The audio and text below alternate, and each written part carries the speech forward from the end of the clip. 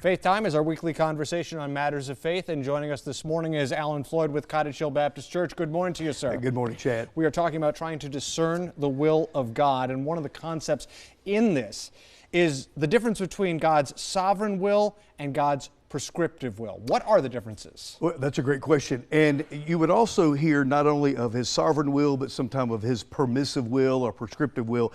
I think the confusion is, or maybe the mistake that we may make, is trying to separate the sovereignty of God from his permissive will or his prescriptive will.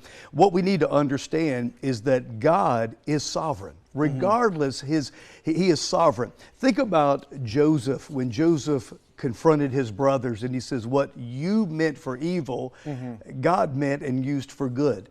So I think there's sometimes that we can kind of talk about what God allows or what God permits, but what we need to understand as believers is that his sovereignty, God is sovereign, and that ultimately his larger plan, his larger purposes will always come to fruition. So when seeking God's will, how do we surrender our own personal desires?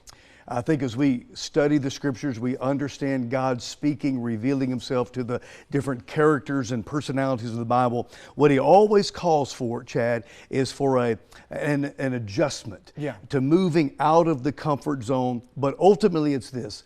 It's obedience. What is God asking me to do that I need to step out in obedience? Usually a step of faith, step of obedience. And when we meditate on the word for discernment, how do we know we're getting an answer? Yeah, great.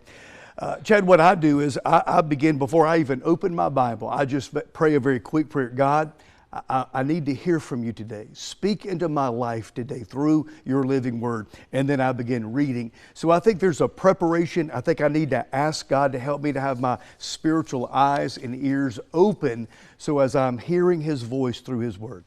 Floyd with Cottage Hill Baptist Church, we thank you for joining us for this edition of Faith Time.